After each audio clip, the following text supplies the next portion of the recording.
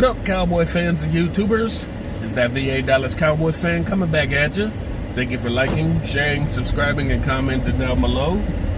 I make these videos for me and you, and they're therapeutic, you know?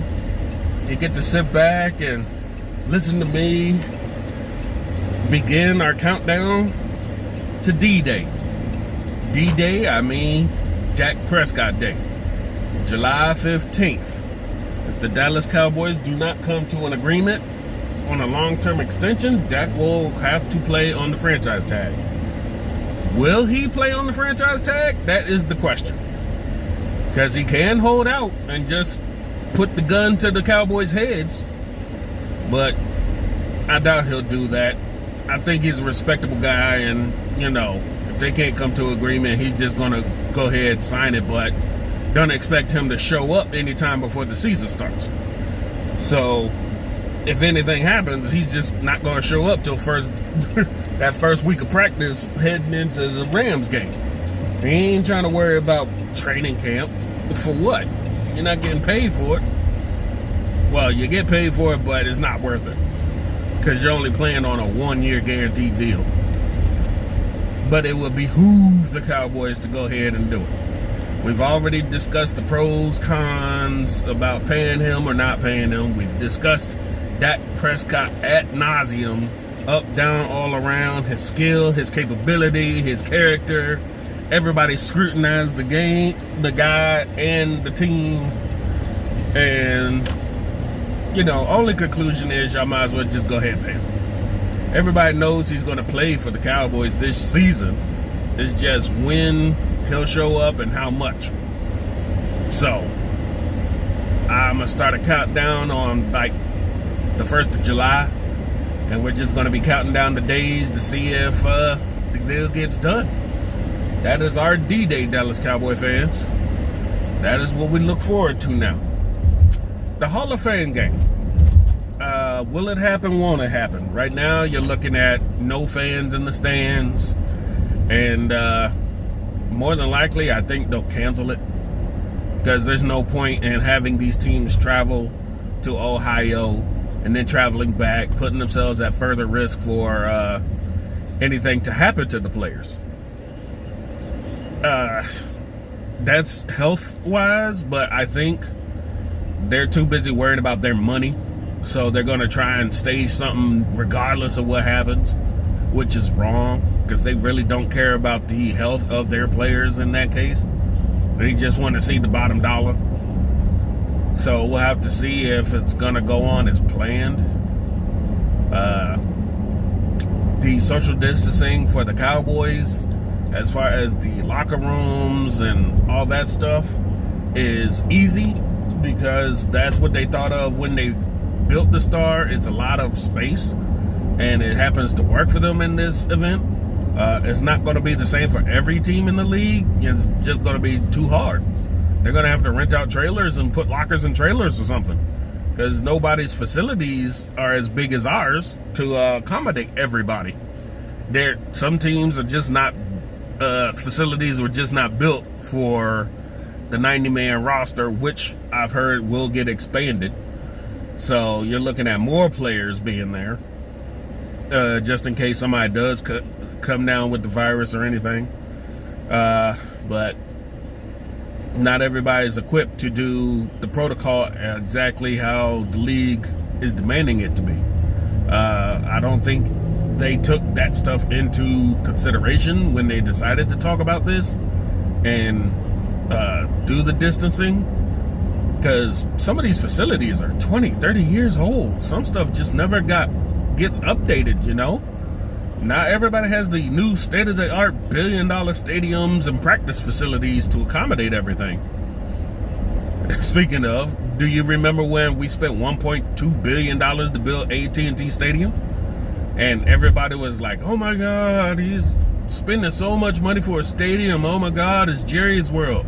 And since then, how many stadiums have been built that cost way more, look way more extravagant, but doesn't have exactly everything we do? But y'all haven't called those, called them out after their owners. You haven't called them out about how much money they spent on their stadiums. Funny how that is, huh?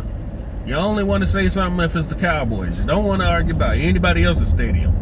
As I recall, it's a $2 billion stadium for the Giants, but do you see anybody talking about the Mara World? It's still an open stadium for the elements, but you're not complaining about that. At least Jerry Jones kept the dome. Well, it could be retractable, but, you know, everybody wants to talk about the Cowboys. Speaking of Dallas Goedert, apparently he was sucker punched at a restaurant while eating with his family or leaving with his family the other night, and he was taken to a hospital. They checked him out and released him. He's fine, but who does that? No offense against, you know, the Eagles and everything, but why? I wouldn't want that upon anybody's players. You just gonna roll up to somebody while he's out with his family and sucker punch the guy? What kind of crap is that? What? Well, we already know what kind of world we're living in right now. It's crazy. And the guy must have been drunk or something to just walk up on him and just sucker punch him. Man, what kind of mess is that? As I've said before, the NFL is looking to add players to the practice squads just in case something happens. They can have the extra personnel. Let's see. Anything else going on? I've heard multiple news radio stations talking about the whole Jerry Jones not speaking out stuff, and you know, I've already said it before in my videos that I don't want Jerry to say a word. He's already made his stance very clear in 2016 when the kneeling first started. He said exactly what he had to say, and that's it. There's no point in him coming out saying stuff now. You know, what's going to be the difference? Nothing. All you're going to do is pick apart any kind of statement he says and call him a hypocrite. So it behooves him to just stay silent. Other owners have already spoken out, so it's not like the whole football world is waiting on Jerry Jones to say something. They just want the biggest named person to have a say. Let's see. I think that's about it to talk about right now. Just wanted to give y'all the update on what's going to happen come July. We're going to start our countdown for our D-Day, Dak Prescott signing day. Excuse me. If it comes and goes, if he gets paid or not, we'll just have to wait and see. Ooh, excuse me. We don't know what exactly is going to happen for the Hall of Fame game. Dr. Fauci has said that NFL needs to be like NBA and other leagues and play in a bubble, but good luck with that. I don't think they realize how many players we have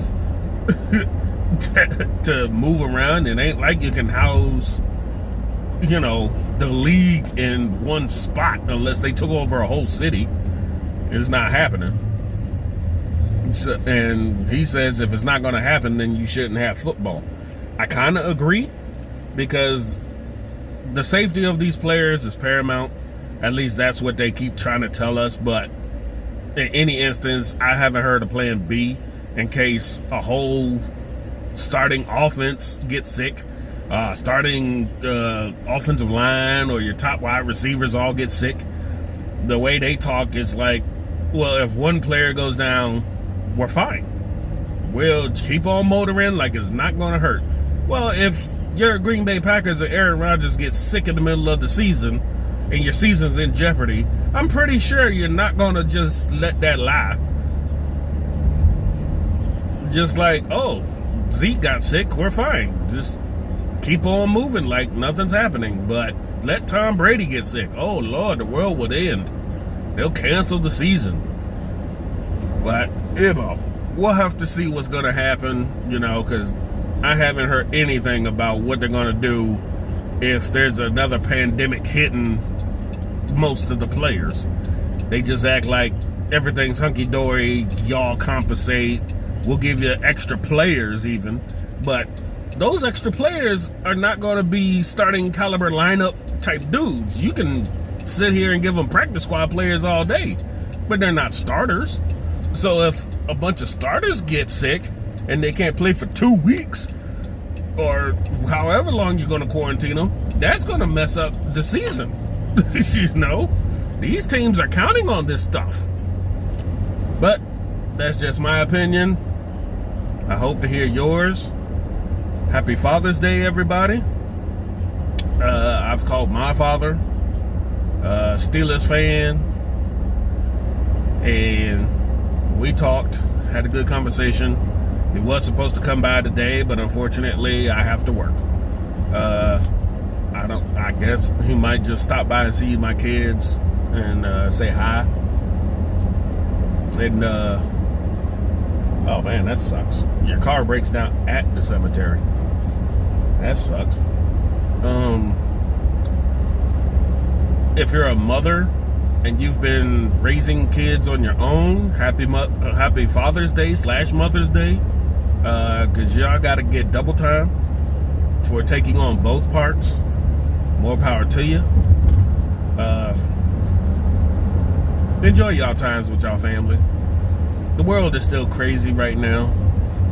I don't think we'll ever get back to a norm that was before.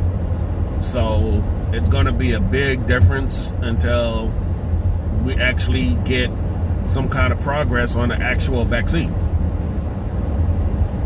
And even then, you know, how are you going to give it to everybody? If you can give it to everybody. I mean, there's a lot of people that when it comes time, don't do the flu vaccine. So, you know, they risk their own health with the flu. And a lot of people just know the flu is not going to kill them. So, you know, trying to convince a whole world to take a vaccine is going to be something in itself. Stay safe out there. Enjoy the day. Enjoy your families. And take care of each other, all right? Any other Cowboys news? You know how we do. If you don't hear it from me, I'm sure you'll hear it from some other Cowboys YouTuber, because, you know, we're everywhere. We're taking over. If you ain't getting the real truth about the Dallas Cowboys, because you ain't getting it from Stephen A. Smith, you ain't getting it from First Take, you ain't getting it from ESPN, period. You're not getting it from no Fox Sports. If you want the truth, talk to the YouTubers. The YouTubers will not steer you wrong. It's their opinions, but they get the facts before they laid out their opinions. They're not going to just throw stuff out there like some people and try to make that gospel. I'm not going to name no names, but they know who they are, so-called journalists or reporters. In fact, some of them are just analysts on the NFL Network or ESPN that just throw their 2 cents in and have no idea what they're talking about. They know who they are. And don't listen to those guys. Listen to us. Come, join us. All right, y'all take care out there, all right? If you ain't Dallas Cowboy fan, out.